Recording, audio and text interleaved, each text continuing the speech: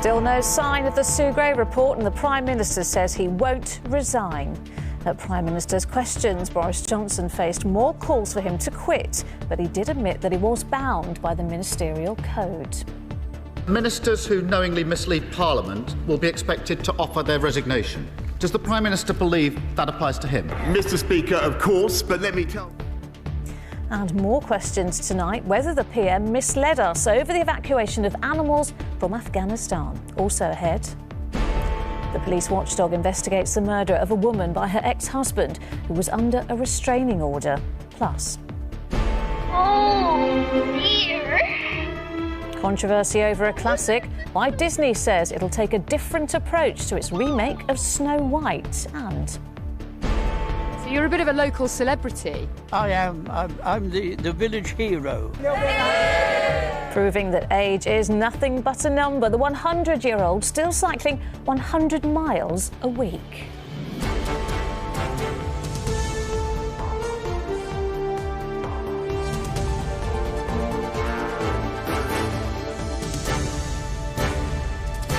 This is the ITV Evening News with Lucrezia Millarini. Good evening. The whole institution of government is gripped by tension tonight as the expected report into allegations of lockdown-busting parties at Downing Street still hasn't been released. In the House of Commons today, Boris Johnson said he would, of course, resign if he was found to have breached the ministerial code by misleading Parliament. But despite opposition MPs highlighting the new police investigation into gatherings at Downing Street, he rejected repeated calls to do so immediately. One Labour MP was even reprimanded for using the word liar. Our political correspondent Romilly Weeks on another turbulent day for the Prime Minister. Out in the early hours, Dylan the dog seemed to know where he was going, but the Prime Minister's direction is almost entirely in the hands of others. In Downing Street, the lights went on before dawn, with the Sugre report expected any hour. Lulu, why did you go to Boris Johnson's party? Also up early, the interior designer Lulu Little, an unwilling bit player in this huge political drama. Dominic Cummings, Boris Johnson's tormentor-in-chief, for once staying quiet. Do you take any questions? Okay. Can you survive this, Prime Minister? But the man at the centre of it all had another PMQs to perform before knowing his fate. Boris Johnson driven to Parliament, flanked by police whose colleagues are now investigating his Downing Street operation, and met with furious calls for his resignation. The ministerial code says that ministers who knowingly mislead Parliament will be expected to offer their resignation. Does the Prime Minister believe that applies to him? Prime Minister. Mr. Speaker, of course, but let me tell the House that I think he's inviting a question about an investigation which, as you know, Mr. Speaker, I can't comment. Since he acknowledges the ministerial code applies to him, will he now resign? No, Mr. Speaker. And then he went on the attack. But I tell you the reason he wants me out of the way is because he knows that this government can be trusted to deliver. And we did. He's a lawyer, not a leader. Which provoked this angry response. I would prefer to be led by a lawyer than a liar. Will he now resign? That he had to withdraw. And as the hours stretched out with no sign of the report, the whole of Westminster was in a nervous holding pattern. Wait for the reports. Let's wait for a report. We'll wait and see what the report says. And I'd like to see the outcome of the Sugre inquiry. Sugre will publish those full facts. Some MPs filled time attempting to boost the Prime Minister. Getting Brexit right, getting the vaccine programme right, not locking us down before Christmas, and bringing together an alliance of Western countries against a aggressive Vladimir Putin in Ukraine. That, I think, is the stuff leadership's about. Everyone will make a judgment call based on what the inquiry says. In the Conservative seat of Thornbury and Yate, some of these voters had had enough. I used to be quite a strong Conservative supporter, and I think there needs to be a change at the top, really. I wouldn't be voting Conservative again if Boris stays in office. OK, so he's made a mistake. We've all made mistakes. The report is now likely to be delayed until tomorrow or later, but this painful saga will soon enter its final act, and the Prime Minister can't guarantee that others will be so forgiving. Romilly Weeks, ITV News. Boris Johnson's been challenged over another issue where he's accused of not telling the truth. Last December, he insisted claims he personally authorised the evacuation of animals from a British charity in Kabul as complete nonsense. But after a Foreign Office official suggested he did, opposition MPs are now demanding clarity. Well, Downing Street tonight reaffirmed Mr Johnson's denials. Rebecca Barry reports. These were the desperate scenes in Afghanistan last summer. People willing to risk anything to escape. Meanwhile, dozens of cats and dogs from a rescue centre run by an ex-Royal Marine were flown out of Kabul, followed by claims Boris Johnson had authorised the evacuation, putting animals above humans, something he denied. They got priority over some Afghan people. Did you intervene that way? No, that's complete nonsense, but what I can tell you is But now, leaked emails suggest he was involved. Minister Zach Goldsmith is a close friend of Carrie and Boris Johnson. In August, an email was sent from his office to the Foreign Office saying charity Nowzad, run by an ex-Royal Marine, has received a lot of publicity and the PM has just authorised their staff and animals to be evacuated. The official was pushing for help for another animal charity. If true, it exposes the PM to yet more allegations of lying.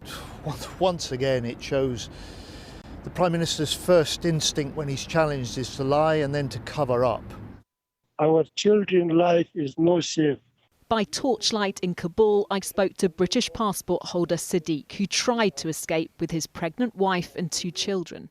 Prime Minister did very wrong. We are human beings. I think we are third-class citizens. That's why they treat me like this. I pay tax in the United Kingdom for 14 years. So that Prime Minister should not do that. That is wrong.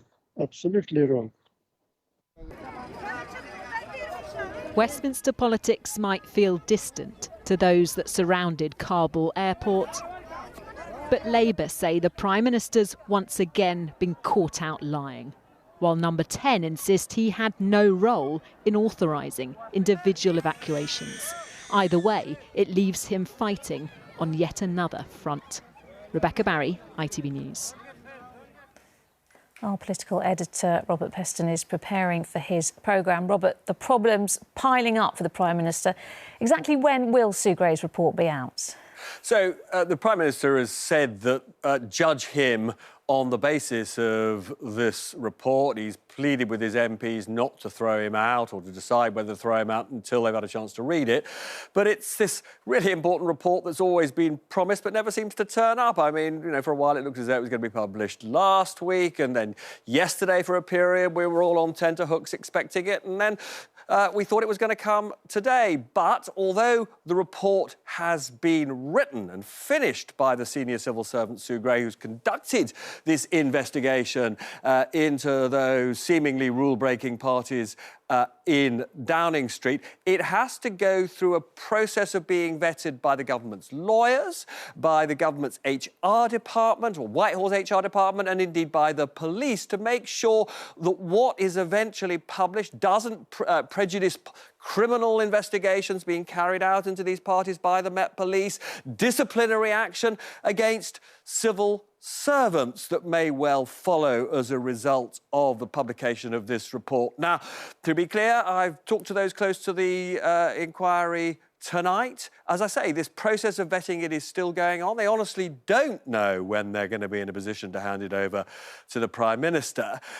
What does that mean? So, in theory, it's supposed to be published literally just a few hours after the Prime Minister receives it, but he's also said that he will publish it when he stands up in Parliament. MPs have gone home. Even though Parliament is sitting tomorrow, they've gone home. They won't be there on Friday. So right now, believe it or not, it looks to me as though we're not going to get this report that could make or break the Prime Minister till Monday. All right, Robert, the wait, as you say, continues then. Thank you. A university professor tonight told ITV News that she felt violated and abused when she was strip-searched by Metropolitan Police officers. Koshka Duff was arrested in 2013 after trying to help a teenager who'd been stopped by police, but her claim against them was only settled last November. She told Sangeeta Lal the officers took entertainment from what happened to her. While Koshka is held in a separate room, officers joke about how they're going to search her. Well, no, we need to search her thoroughly, so, you know, that's her decision. She's resisting, resistance is futile. But when they did, she says she was violated and mocked by officers. Koshka says her clothes were cut off and she was left naked with her hands and legs tied. As she says, officers forced her to the floor and teased her about her body. I felt terrified. There was such a sense of kind of impunity. They had such a kind of contempt and kind of dehumanising attitude towards me. I just didn't know where it was. I didn't know where it was going to end. Ridiculed and left with bruises, the officers involved were cleared of any misconduct. The Met Police have now apologised and compensated Koshka and are investigating the incident. But for some, this isn't good enough. After the footage that we've seen and the outcome of that investigation, I expect disciplinary action to be taken against all of those police officers. But it's also important to remember that this isn't an isolated incident. And that's the concern for Koshka, who's now trying to influence cultural change across the Met Police. Sangeeta Lal, ITV News, Nottingham. Still to come on the ITV Evening News, the police watchdog investigates the murder of a mum. And the controversy over Snow White. Those stories and more after this very short break.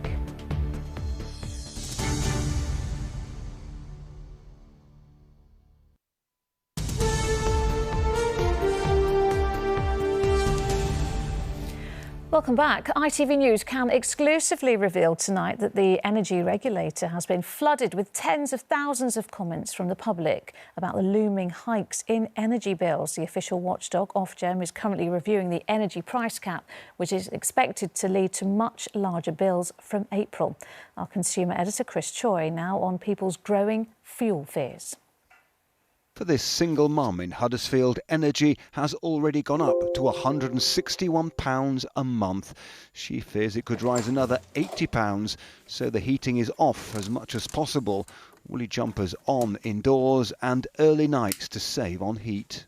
And I just don't know where that £8's going to come from. I don't know how I can cut back anymore. And you've had to, what have you had to stop doing? I don't do dancing anymore because it's quite expensive and just can't afford it.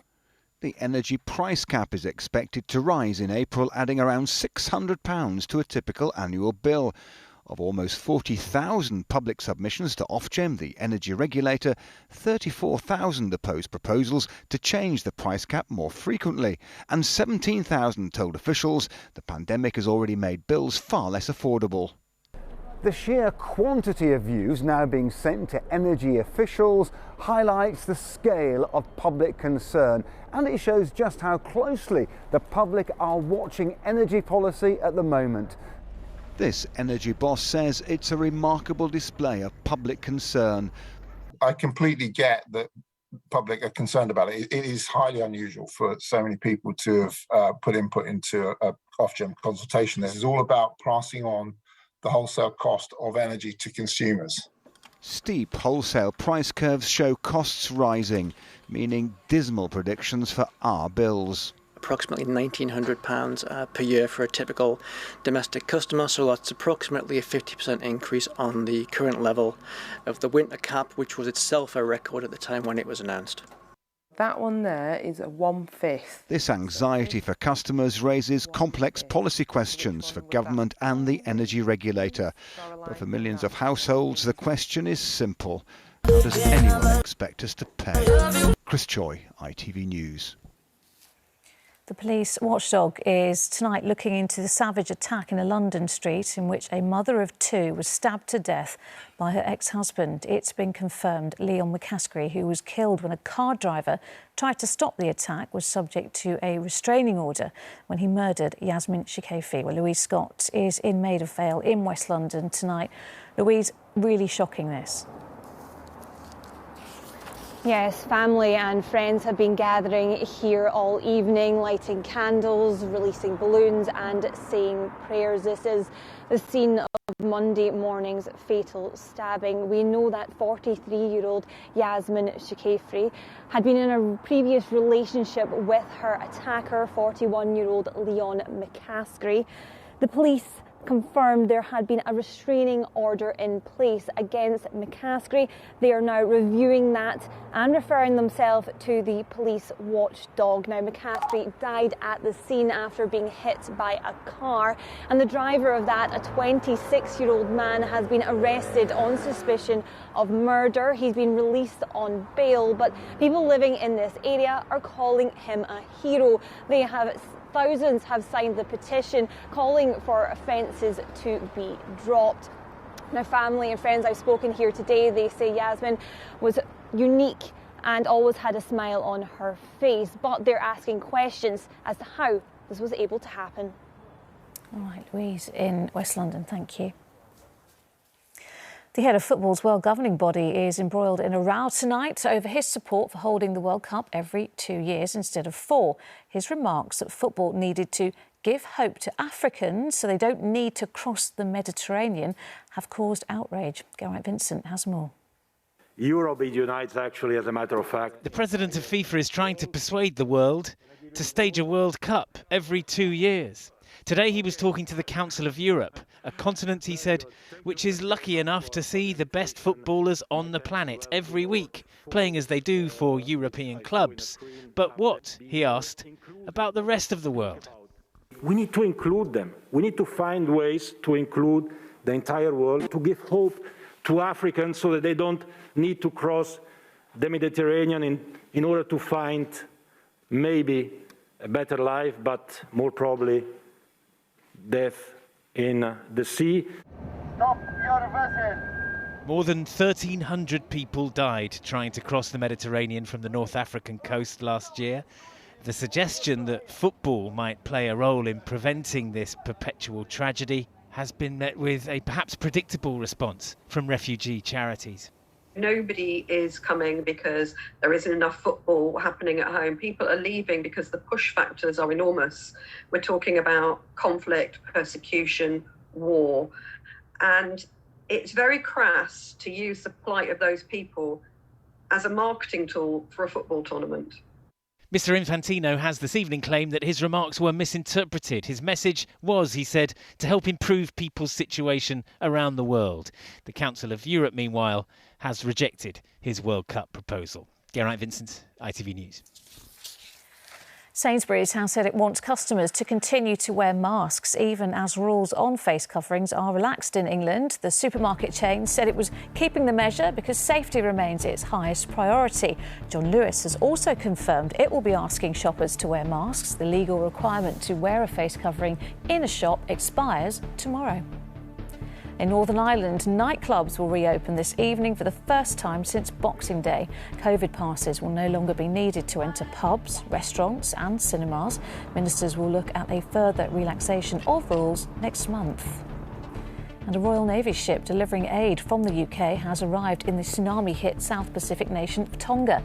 The crew of HMS Spey handed over 30,000 bottles of water and first aid supplies by crane. The crew were not allowed to leave the ship for COVID safety reasons.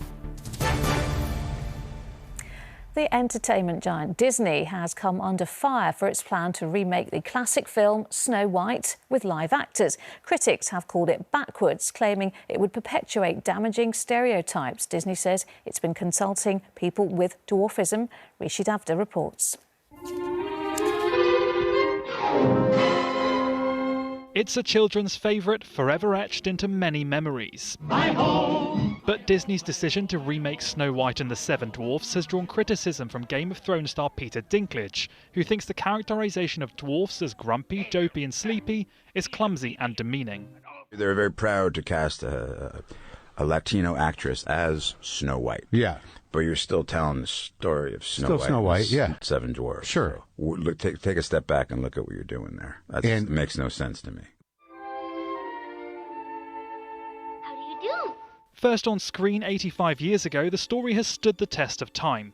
But comedian Fats Timbo, who's got a big following on social media, wants to see real change. I completely agreed with Peter because it is a backwards way of thinking, especially the fact that the fairy tale was made in the 1930s. It's 2022. I think things need to change. Stereotypes need to be broken. Disney says, to avoid reinforcing stereotypes from the original animated film, we're taking a different approach with these 7 characters and have been consulting with members of the dwarfism community. But that commitment isn't enough for campaigner Rhonda Cutmore. I really hope they're not going to speak to actors with dwarfism who are looking for a buck. And of course they're going to want to take on a role and not think of the consequences to people in society with dwarfism. How am I going to be represented in that film is going to be how they react to me walking out of that cinema theatre. Peter's known for playing a master schemer who always knows just what to say. He'll be hoping his words will now help modernise a classic. Rishi Davda, ITV News. Finally, what better advert for the health-giving benefits of cycling than a sprightly veteran of the saddle to spearhead the campaign? Norman Gregory was a prisoner of war in World War II and still cycles 100 miles a week. Not bad for someone who turned 100 today. Chloe Keedy went to meet him. It's a good job Norman knows where he's going. He cycles these quiet Suffolk lanes every day, 100 miles a week, 5,000 miles a year. Good morning, Shirley. Hello, Norman. Norman knows everyone round here, and today they've all turned out to wish him happy birthday. And this isn't just any birthday. Happy birthday to you. So you're a bit of a local celebrity. I am. I'm the village hero. And the word hero is no exaggeration. Norman served with Bomber Command during World War II. He became a prisoner of war when his plane was shot down over Germany. It's the longest he's ever been separated from his beloved bike, being made instead to march for miles on foot. We were on the road 21 days, marching between 15 and 20 kilometres every day. And there was a metre of snow on the ground, and it froze night and day. 8 decades on, Norman still braves a bit of bad weather so he can keep cycling. I still enjoy it, unless the weather conditions suddenly change. Like you can't cope on a bike with a wind of 50 or 60 miles an hour. All I can say is the freedom of the open road. He hopes his story will encourage others to get on their bikes. What are your top tips for cycling? Well, if you're not used to cycling, my top tip is, for goodness sake, don't overdo it. Take it from the man who's been cycling for almost a century. Chloe Keedy, ITV News, Suffolk. Puts us all to shame, doesn't he? That is it. Tom is here with news at 10, but from me and all the team, bye-bye.